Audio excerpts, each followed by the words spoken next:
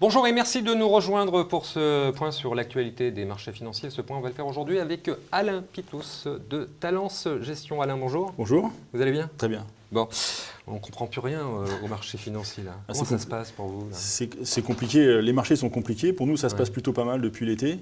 C'est compliqué parce qu'il y a eu des doutes sur la croissance. C'est-à-dire qu'en fait, depuis, on va dire, 3-4 mois maintenant, les chiffres qui arrivent les uns après les autres traduisent un doute sur la croissance. Oui, mais on a vu la croissance et la bourse, ça ne marche pas de la même manière. Ah, ça ne marche pas tout à fait de la croissance aux États-Unis, les bourses américaines, elles baissent.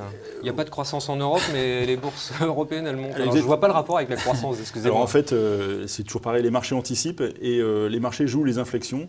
L'inflexion est négative aux États-Unis. Après un rythme de croissance assez élevé pendant des années, on est sur un plateau, voire peut-être avec des doutes même sur les mois qui viennent. En tout cas, les résultats sont un peu moins bons.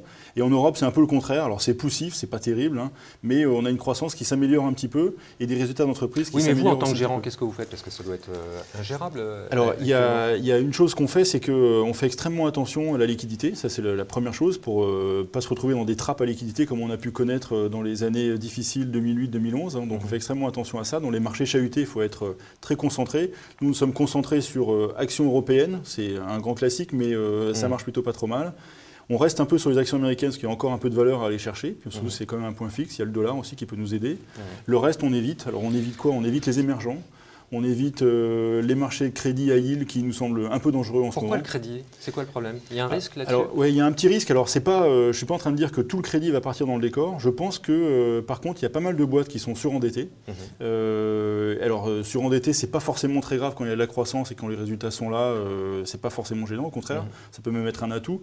Quand la croissance ralentit et que vous êtes avec un levier, c'est-à-dire avec un endettement qui est un peu fort, au moindre ralentissement, ça devient difficile. Ça devient difficile pour le crédit, ça devient difficile pour l'entreprise et le secteur. Et ça peut devenir aussi difficile pour les banques qui ont prêté.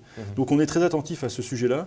Et si on regarde ce qui s'est passé aux États-Unis depuis le début de l'année 2015, on a eu quand même quelques accidents sur les entreprises qui ont fait un dépôt de bilan carrément. Et puis on a aussi S&P qui nous alerte, qui nous dit que là où l'année dernière on avait 150 dégradations de notes, là on est à plus de 300 depuis le début de l'année. Donc il faut faire attention à ça. Est-ce que vous êtes inquiet pour la fin de l'année? Pour la fin de l'année. Là, sur le CAC 40, ça va, on gagne encore 10%. Bon, enfin, on a rêvé à près de 30%. On a rêvé, c'était le bon temps. Bon, là, on a été bien douché. Oui. Aujourd'hui, quand on a un fonds comme le vôtre qui gagne près de 10%, ça fonctionne bien. Qu'est-ce que vous avez envie de faire? D'arrêter et de protéger la performance? Ou est-ce que vous pensez qu'il y a des choses à faire? Est-ce que vous êtes inquiet? On est toujours un peu parano en tant que gérant, c'est normal et il faut l'être. Par contre, non, je pense qu'il y a quelques éléments qui devraient nous faire baisser. Par contre, il y a un élément qui est très clair, c'est la liquidité sur les marchés. La liquidité, là, par contre, le cash qui est disponible. La BCE, elle est là pour vous. La BCE et puis les autres banques centrales qui finalement sont assez accommodantes. Bon, qu'est-ce qui vous inquiète? Vous avez dit, grosso modo, il y a un petit truc qui me gêne. C'est quoi? Le truc qui gêne, c'est qu'il y a quand même des résultats. On arrive dans la période de résultats. Et ce qu'on a vu depuis quelques jours est quand même pas terrible. Et on se dit, si après, aux États-Unis en particulier, si après 2 ans et demi de croissance ininterrompue, on arrive à des annonces de résultats négatifs qui sont un peu décevantes comme elles le sont depuis quelques jours. Encore une fois, bon, c'est que le début, mais ça donne quand même souvent le là. Il y a peut-être cette inquiétude à avoir. Mais quand on regarde ça, on se dit ça, effectivement, faisons attention. Mais après, on a des investisseurs qui ont énormément de cash pour finir l'année. Donc on le voit dans les périodes de retracement, quand les marchés baissent de 2-3% sur quelques jours. Eh bien, on voit des investisseurs qui ont besoin d'investir, d'aller chercher du rendement, d'aller chercher des valeurs. Donc ça va monter?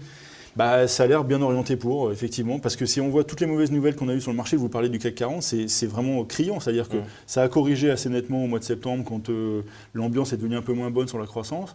Et puis, ça a remonté pratiquement aussi vite qu'on avait baissé. On revient avec une performance de 10%. Donc on se dit qu'avec toutes ces mauvaises nouvelles-là, si le marché tient comme ça, c'est que ça tiendra et que voilà, mais c'est... Bon, écoutez, en tout cas, on vous le souhaite, Alain, et on en reparlera quand l'occasion se présentera. En tout cas, merci beaucoup. Merci beaucoup.